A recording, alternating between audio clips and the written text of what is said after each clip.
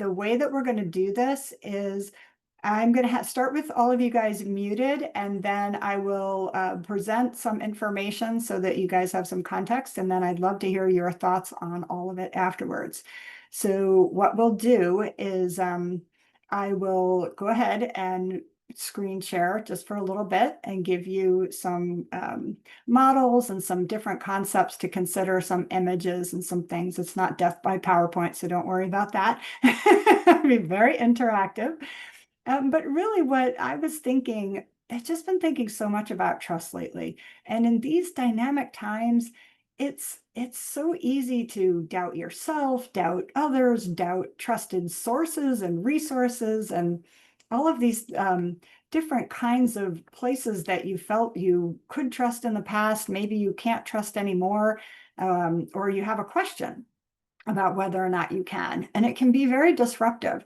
And I've also seen it with the horses as well. So there's this kind of a pervasive fear spike that seems to be traveling around and causing some of us to feel that and bring it into our world. And sometimes that's not so healthy.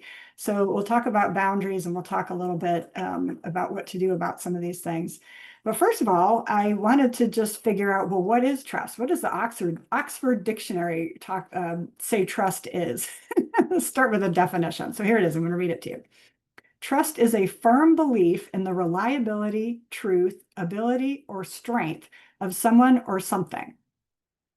And fear is an unpleasant emotion caused by the belief that someone or something is dangerous, likely to cause pain, or is a threat.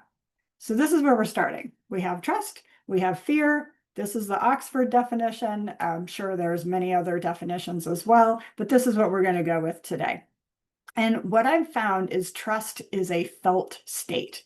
Certainly you can learn trust, and there are behaviors and things that can demonstrate trust. And I see this in the little air quotes, because you can't fake sincerity.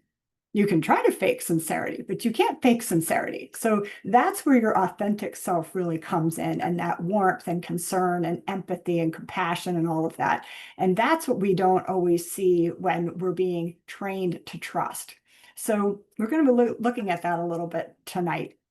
And the other thing I've been noticing about trust and fear lately is humans have a tendency, and I think I'll just stick with humans. We have a tendency to move towards entropy, which is a state of disorder. So it becomes more and more chaotic. And what we try to do is create these different human constructs and rules and things to give us structure and order and feel more comfortable and more safe. And in general, they do that. That does happen. But when those kinds of constructs begin to break down because of fear, we start to lose confidence.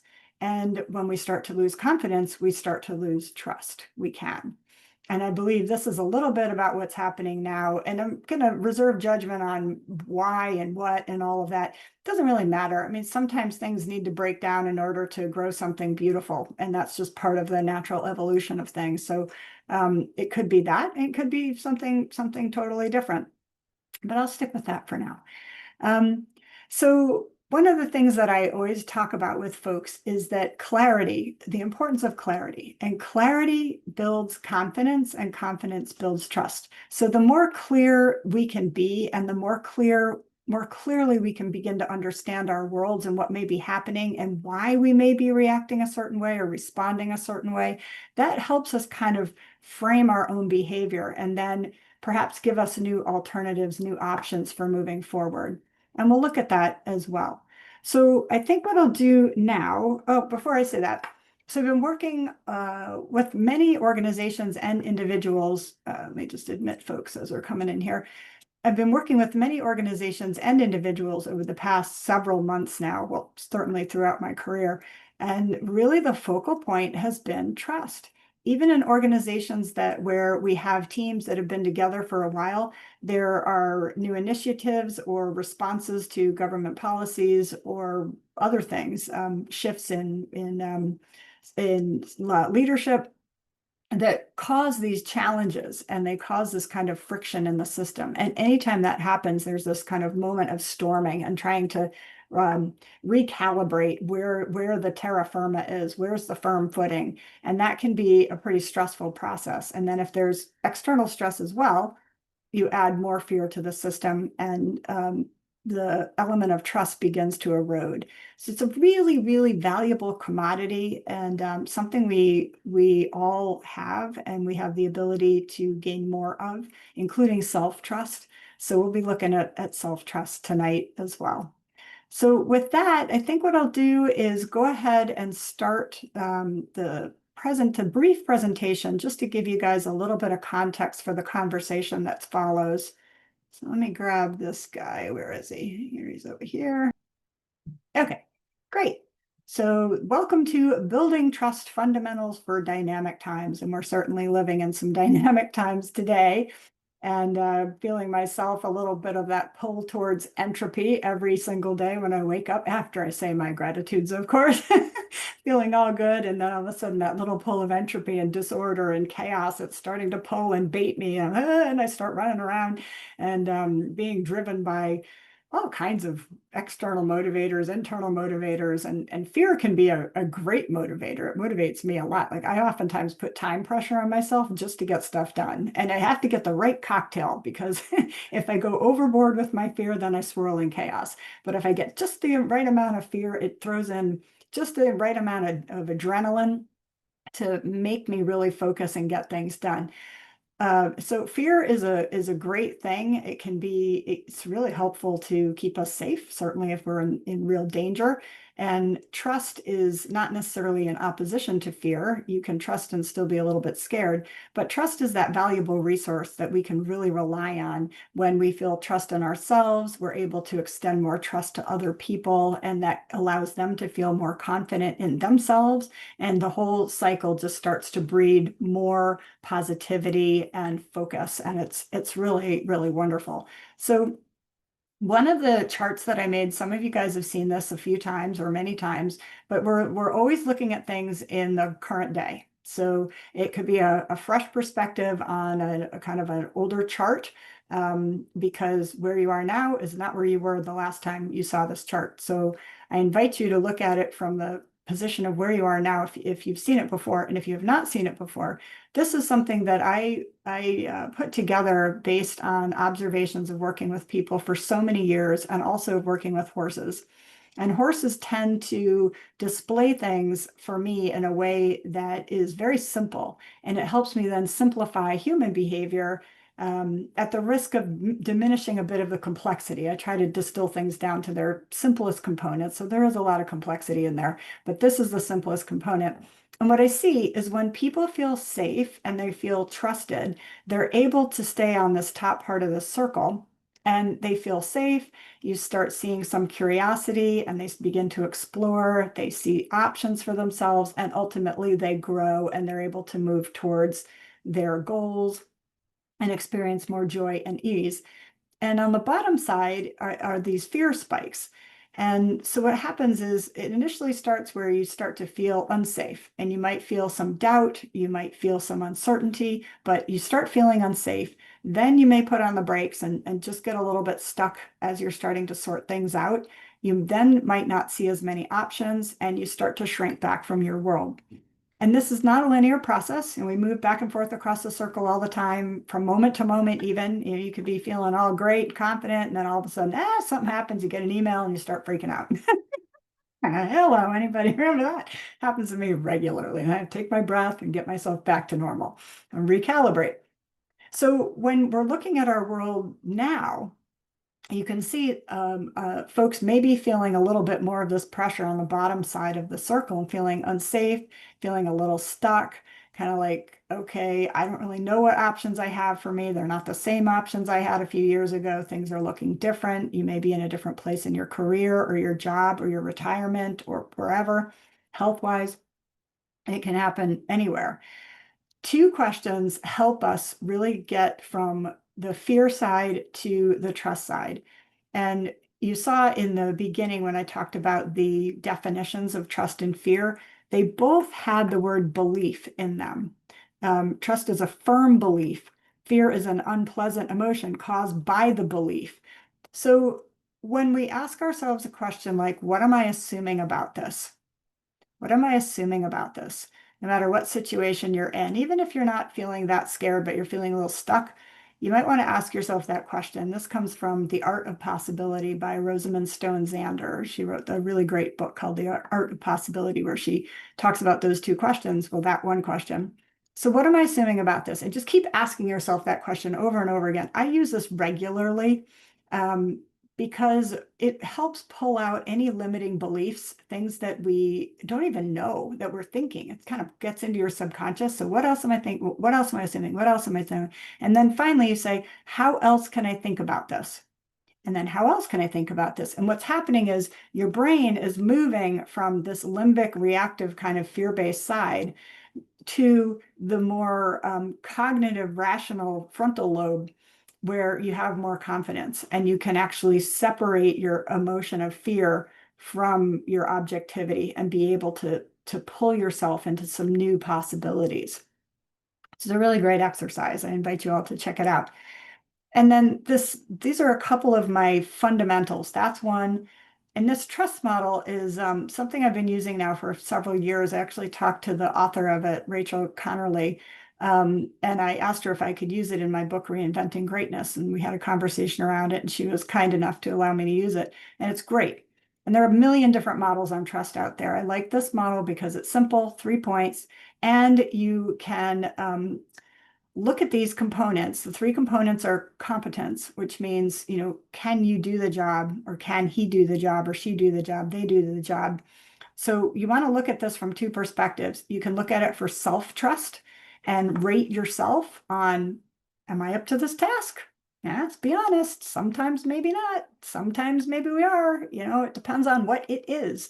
And if you're not, get some support, get some training, take a class. What is it that you need?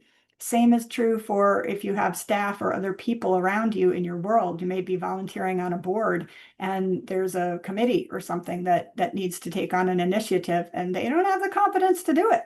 And so they're swirling around in this in a meeting talking about the issue, and nobody can agree on anything. And a lot of time it's because there's an underlying fear issue, and people aren't willing to really get in there and figure out what's going on. And it could be one of these things. So check the competence. Then the other piece is predictability and reliability. So consistency is key. Consistent behavior is key. You can love someone and not trust them.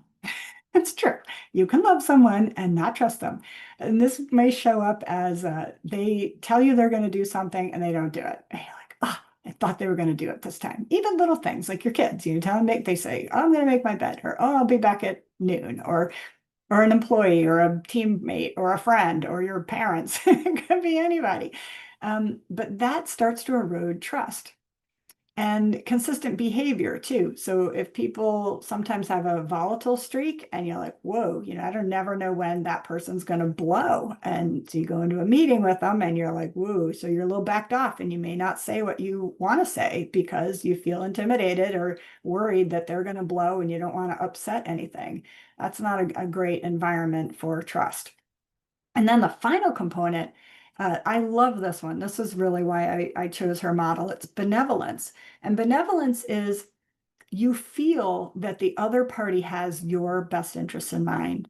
And I have this photo here of Noble and Fresco scratching each other's back because that's what it is. It's like, oh yeah, they totally have my back, right? I have their back, they have my back, and I trust them to scratch there and not bite me if you're a horse. But you can also have a metaphorical horse. So those are the 3 there, and you can rank yourself 1 to 5. So even now, just think about a situation and you can think about yourself. How much do you trust yourself on competence, predictability, and reliability, and then benevolence? How much do you really care? And we have to be honest with ourselves. So Stephen M.R. Covey, who is the son of the Stephen Covey who wrote the 7 Habits of Highly Effective People, he's done a lot of work on trust. In fact, I have his book over here, one of his books, The Speed of Trust, which is you can see it's all dog-eared. It's a good book. But this is something he said, this is this 3-step process to accelerate trust. And it's articulated here. Declare your intent, your what and why, and then signal your behavior.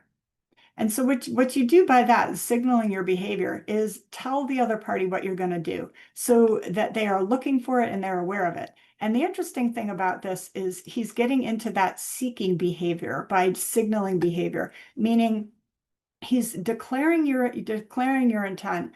So it could be something like, I'm going to I really want to finish that report by next Friday. It's just a basic example. And then when you signal your behavior, you could say, so what I'm going to do, here's what I'm going to do.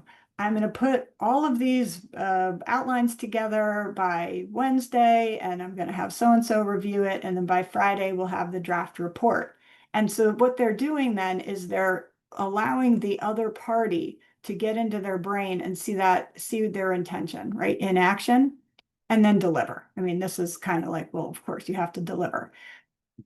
But he claims that this process will accelerate trust so much faster. And a lot of times what we do is we'll declare our intent and we'll deliver, but we don't do that second part.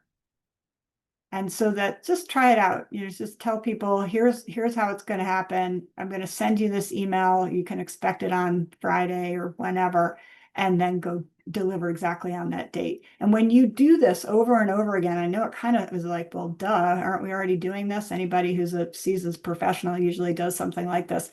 Yes, I do. And I don't always do number two, or sometimes I'll do number two, but not number one. You know, so just being a little bit more clear about exactly what you're planning and then delivering, following through on that is important. So give it a try. Let me know what you think, and I'll let you know what I think as well. I always do it with the horses. It's so funny. I tell them, I say, here's what we're going to do. And then they're like, what? There's a cat? There's an incentive. Oh, they're all in. This chart is really an awareness and perception chart, and it's really important today. This is a photo from a workshop with Lemon Squeezy, and you can kind of see his little self behind me. He's hiding because he got scared. So this is awareness. We have to think about, and not really think, we have to feel into the space of awareness and perception. And with awareness, being awareness of self. So there's a self-awareness, and then there's awareness of other. And sometimes when we're in our own self, we forget about other. We know they're there, but we have our own agenda, and we're going to kind of go through our agenda and all that. But then we forget kind of about other because we don't check in. And then there's always the environment, which in this case for him was really important because we were in the indoor arena and there were a bunch of people and they're all staring at him, and he got intimidated and he went behind me.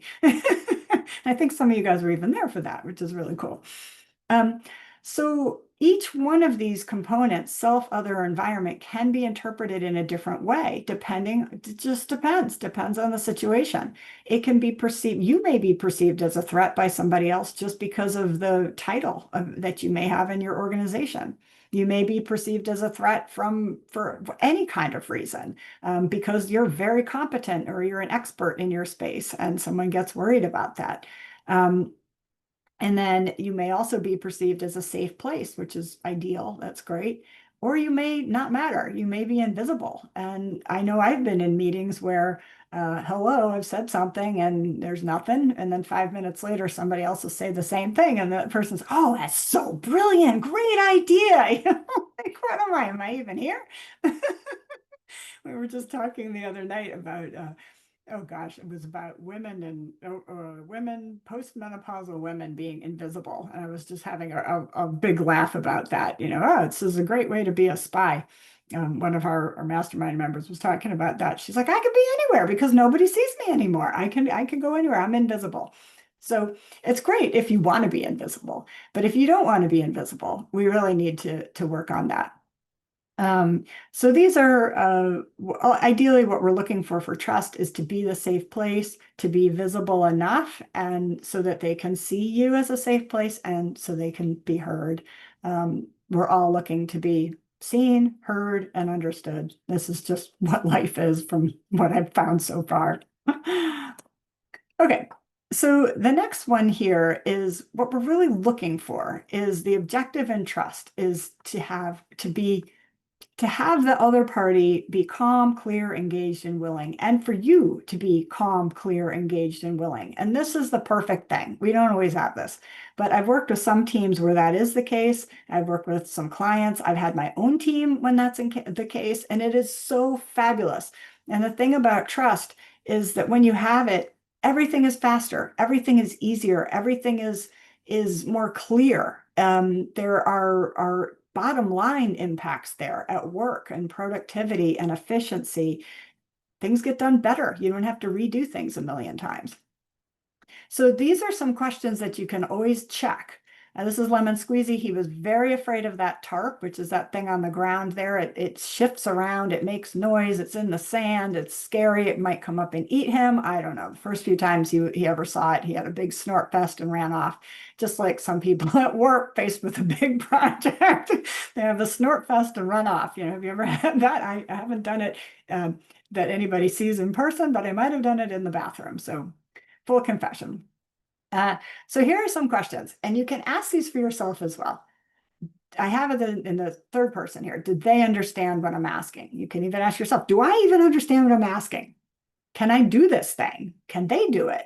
Are they willing? Am I willing? Will they love it? They don't have to love it, but if they love it, oh my gosh, bonus, right? And sometimes, here's the thing. We have these expectations about people. And when we make an ask or we have an invitation to somebody else, we usually have some kind of preconceived how they're going to respond. Oh, they're going to hate that. Oh, they're going to love it. Oh, I don't know. They're really going to, have you ever had that go on in your head before as you're asking them? So you're already having this kind. So just notice that happens and see if you can kind of tone that down a little bit, just dial it back. Because sometimes folks need an invitation or perhaps even an incentive to see things differently. And if we're assuming they're going to hate it or they're going to whatever, feel a certain way about it, we are then almost sending out the kind of energy that's going to make them not see it the way we want to see it. It's kind of that law of attraction thing. So we want to be able to step in and bring folks forward as an invitation sometimes. So I see this in my horse, Kaya, for example. She's a very quiet, lovely horse, and she will stand in one place for forever, very politely, unless you invite her in. So with an invitation, she's like, oh, sure, I'll come. But if I just see her standing there, I might think, oh, she doesn't want to be with us. She's, just wants to be out there. I'm going to assume that she doesn't want me to go over and touch her or something without permission. And that might also be true. But it also could be that she's just quietly waiting and just like would be happy to come and engage and do something, but I haven't asked. I haven't given her the right kind of invitation. So that's helpful. And you can see here with Lemon Squeezy, he's quite happy with himself being on the little tarp there. And then he had to tell me all about it, which is always fun. And then you have this kind of, this can always look different. This was from a workshop. This is Noble, and he's actually a very confident, very trusting, very engaged horse. And you can see even in this photo, he's looking like, huh, what the heck are these people doing? And the goal here was to work together to bring him over this pole. And you can kind of see the pole on the ground. And I share this with you in the spirit of intention and trust and signaling, all these things we've talked about already, because what's happened here is they've actually blocked his forward progress. They put up a big stop without knowing it. They have his attention, but they're stopping what the goal is, right? The goal is down to move together over this pole. So we always want to look at what's really happening here and what is the problem we're trying to solve, or what is the goal that we're trying to achieve, and then look at where we may inadvertently be blocking it. So I found this to be a really interesting, for many reasons. He had never seen the hula hoop go up like that. And I saw the hula hoop go up like that and thought, well, this will be interesting. I wonder if they're going to try to put it around his head. Someone's watching out for my guys, but he handled it really well, and he waited actually until they all put it down and moved away from him, and then he was able to come forward with them to see what was going on.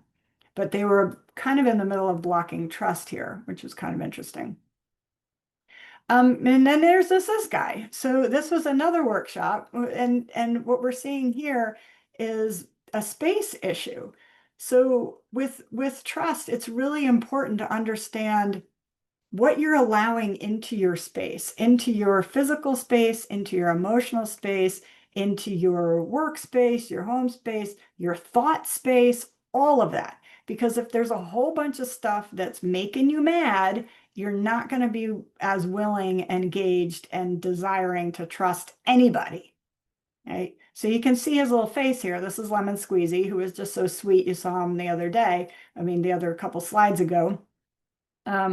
But this person had no clue that she was in his personal space. She was coming at him, and he had his little ears pinned like that, giving her plenty of notice that get out. You're too close. You don't have permission. I do not trust you. I do not trust you, and I don't want you in here.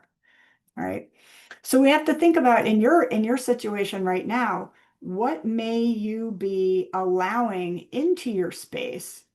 Thoughts, people, projects, work, whatever it may be, uncertainty, world drama, things you have no control over but are being fed by media that may consume you.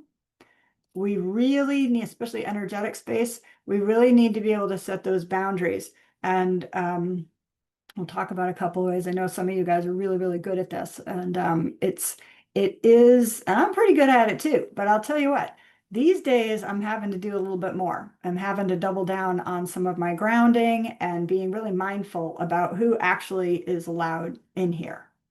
And what is not allowed. What is not allowed. Okay, so this is kind of a busy slide. My apologies, but I just wanted to go over a few things here. So the tools, some of the tools we talked about already, but really your energy and being able to shift your energy from a fear-based state to more of a trust-based state. And then here's the second thing is this focusing question, which I kind of alluded to a little bit earlier. What am I trying to attempt, or what problem are we trying to solve? That is a clarifying question. And I'll tell you what, I work with so many teams and people, and oftentimes they don't know what the answer is to that. Or if you ask all of them, say there's 6 people on a team, everyone will tell you something different. They'll tell you something different. So we have to be able to figure out what is the focusing question. What were we trying to solve? And then number 3 is to find common ground. And I do this with the horses as well, with people and the horses, and myself. What do I know to be true? And what am I agreeing to here? What can I agree is true? Okay, this is a place to start. Now, what am I trying to attempt? What problem am I trying to solve? Here's the next one, is this power of simplicity, doing one thing at a time. One clear ask, and then allowing the response before you ask again. What often happens with ourselves and with in meetings and in business is we're trying to multitask, which is impossible because you really can only do one thing at a time, but you can have your brain not fully present. You can have your brain jumping ahead. I just had it this morning, and I really work on this. And it was jumping ahead and then think, thank you. Yes, I know about that. Let's stay right here. Let's stay right here and do this thing, finish this thing to where it needs to be, and then we're going to do the next thing, so that my whole full focused attention can be right here, can land right here. And allowing, if you work in a group, allowing the group to have that same thing. And the focusing question helps with that. Finding the common ground helps with that. And then agreeing to, nope, we're not going to talk about that now. We do the parking lot thing. So if you guys have been in facilitated sessions, they always have a parking lot with a flip chart or a computer. Dating myself from the old days. And one clear ask. So one of the things that I found, this was kind of really interesting. I did this the other day with Lemon Squeezy. He can get overwhelmed very quickly. He's a very reactive horse. And so I tried this power of simplicity. And I said, I want you to stay 6 feet back from me. He's on a rope at this point. He's on a lead rope. So I said, I want you to stay 6 feet back from me. no matter what. So if I stop, you stop 6 feet behind me. If I'm walking 6 feet, if I walk slow, if I walk fast, I don't care. All you have to think about is that. Don't think about anything else, just that. And he went, and immediately came up about 3 feet. And I'm like, no, boundaries, you back there. And it took maybe 2 or 3 times. He's a pretty quick study. And then perfect. And I'll tell you what, he was so relaxed and so happy to have one job that he could do. He knew exactly what to do, and he was allowed to do it, finish it, do it again, finish it, and it was amazing. Amazing. So if you can do that same thing for yourself, really, really helpful. And we just talked about boundaries. The other thing is being sure to respect others' boundaries. So when you feel yourself bumping up against a trust bubble there, a comfort zone for someone else, it could be physical or emotional, and mental or emotional, stop, because they begin to shut down if you start going in there into the bubble. And then finally, these last two things, you can also redirect yourself if you kind of lock into something and you're starting to get sticky or stuck.